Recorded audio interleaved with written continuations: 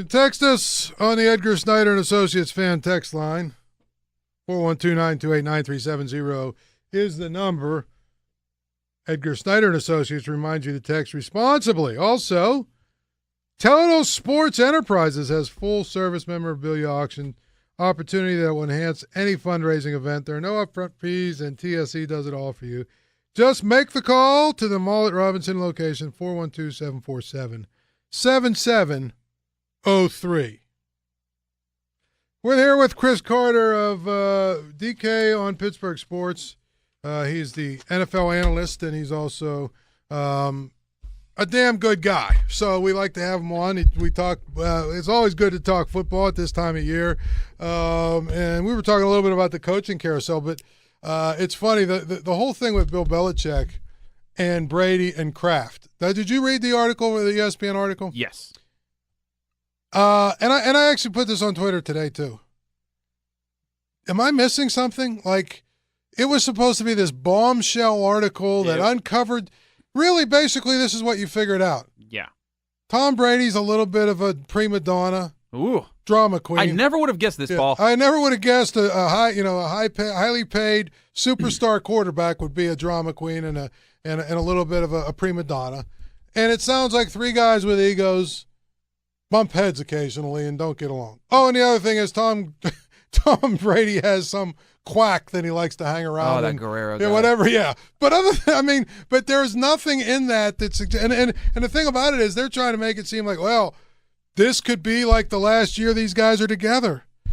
Did you read anything that made you believe that's like the condition that critical? I mean, if this guy, the one thing I'll say is this: if they expose because the Patriots are made to look like the Brady Bunch, like they're perfect. Everything's cool there. But if you talk to their players, a lot of them play out. They play in fear because they don't know when their job's gonna go, unless you're Rob Gronkowski or Tom Brady or one of those types. But yeah, I didn't get the sense that this is a bombshell of a report, and they were saying like it was. And even when I read people that were saying, oh, there's a report about there's going to be a rift between these three guys, I'm like, okay, I'm not sure if that's even a huge story in of itself. I'm kind of like, well, I figure at some point all things have to end, you know? I mean, Chuck Noll and Terry Bradshaw didn't get along, and those type of things happen all over the place, Paul. I look at it, the Guerrero stuff, his trainer that does the Tom Brady TB12 method.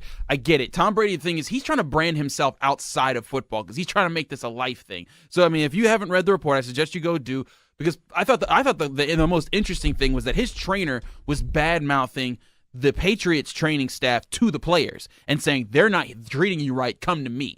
And then when Jimmy Garoppolo did try to go to him, Jimmy Garoppolo, like the doors were closed and they wouldn't let him come in, and he had to like reschedule an appointment for like 2 weeks later or something like that. So it seems like there's some personal stuff, some issue stuff. So I think it just exposes a little bit of the pettiness that's out there, but nothing. This isn't anything comparable. Like when you think bombshell and Patriots, you think another Deflate Gate or a Spy Gate or something Gate. This is kind of like a whatever Gate.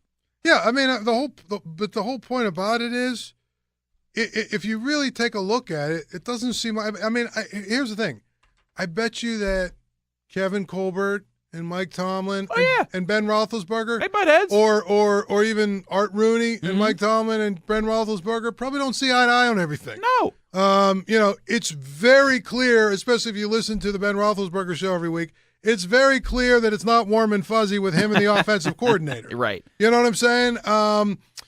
But here's the thing, though. I will say this. People talk about Ben Roethlisberger and Todd Haley all the time. And much of that is because Ben Roethlisberger is kind of open about stuff. Now, yeah. But one thing he's very passive-aggressive, but he's open about it. Exactly. He's passive-aggressive. But also, even before it happened, like there was a report. I remember right after the Steelers signed Todd Haley, there was a report that they walked by each other in the hallway and didn't shake hands. And it's like that kind of stuff was happening as soon as Todd Haley got there, and these kind of reports are coming out about the Steelers. You never hear that stuff about the Patriots and Tom Brady. And so that's why I think if there's anything that's different, it's like it's painting the Patriots to show that, okay, not everything's so hunky-dory there, even when they should be at the happiest point of their lives right now. Yeah, I also got a kick out of the fact that, Tom Brady said he's trying to rebrand himself and set himself up for a life after football and whatnot. Yeah, whatever. I just looked it up just for the fun of it. Mm-hmm. His career earnings are $227 million. Sheesh. So I'm going to go out on a limb and say if he invested it at all wisely, not even really like extremely wisely, just put it in a savings account, he should be able to survive if he doesn't, have work at the end of his career.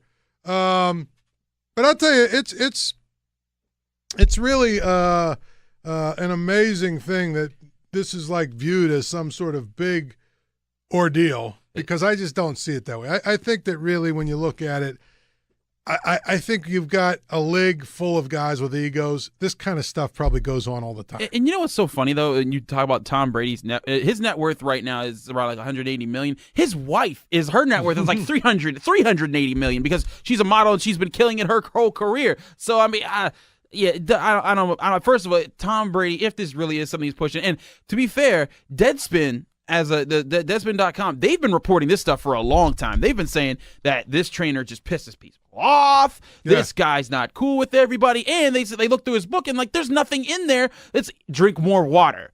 Make sure you stretch. Like very basic things that what can help you be like Tom Brady. No, man, that's not what's going to help you be Tom Brady. Plus he's, kind of a quack. Right, yeah. Some of his methods, the trainers up there are kind of like, wow. Yeah. So I thought that article when it came out this, late last night or early this morning, it was like this bombshell article about the Patriots. I mean, maybe they're going to break up. It sounds also like Bill Belichick wanted Jimmy Garoppolo around. Yeah, I mean, wouldn't you if you're in your, especially when you think, like you said, he's 65. And again, he long term probably wanted Garoppolo, but the problem is I think Garoppolo was coming to the end of his contract, right? Yeah, next year. Yeah, he was going to have to. So they were going to have to either pay him or not. And actually, I think he's a free agent this year, so he was at the end of his contract. Yeah, they would have had to sign him before before the what you call it, the franchise tag would have had to be used. So essentially, I mean, theoretically, Jimmy Garoppolo was a rental player for San Francisco. Now they'll get, they're going to sign him. But my point is, he was not going to sign another contract to be the backup. Right. When he could go somewhere else and get a lot more money. Right. And on top of that. So what do you do if you're Bill Belichick? Yeah. What are you going to say? Okay, well, Tom, you got to retire. We don't want you around anymore. I mean, I guess, the 49ers did it with Joe Montana, essentially. And they had Steve Young. Maybe that's what he wanted to do. And Robert Kraft said, no, you can't do that. I just think, sometimes timing is bad. Yeah. And in this case, Jimmy Garoppolo is probably a year or two early. Yeah, I agree with that because when you look at look at their cap space next year, it's just short of $16 million. And Jimmy Garoppolo, especially he's 7-0 in all his career starts. You saw what he came in and did for the Niners at the end of the year. He's probably going to command upwards of closer to $20 million, like Kirk Cousins is getting paid for Washington right now.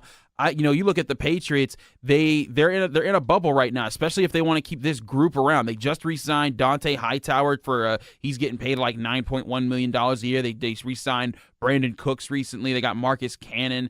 I mean, they've paid a lot of key guys that they need to win this because and also don't forget Rob Gronkowski. He's making close to $11 million. Devin McCourty is making close to $12 million. Stephon Gilmore, who they also just signed, he's making $12.6. And if they dump anybody, it's tons of dead money all over the place. And for those who don't know, dead money is money that you that you have to pay these players no matter what happens, and that that effectively go against your cap without them even being on your team, which is what the Steelers had to dig out of when they got rid of LaMar Woodley. So I think for the long term, they wouldn't have been able to re-sign Jimmy Garoppolo. And at the time, I was like, you know what? Trading him for a second, and you got it from a team that's going to give you a high second-round draft pick, basically a late first. It made sense if they really think that Tom Brady's going to be around. But, I mean, another thing is, Tom Brady, all it takes is one shot, man. When you're at that age, one bad injury, and that's his career. And then where are you if you're the Patriots? Yeah. I mean, that's the thing. It's always tough at the end of the career of a superstar, quote-unquote, player, especially at that position. You saw it with Dan Marino. You saw it. Some of these guys don't want to leave. Peyton Manning was smart enough to figure out that he didn't have another year in him. Yeah.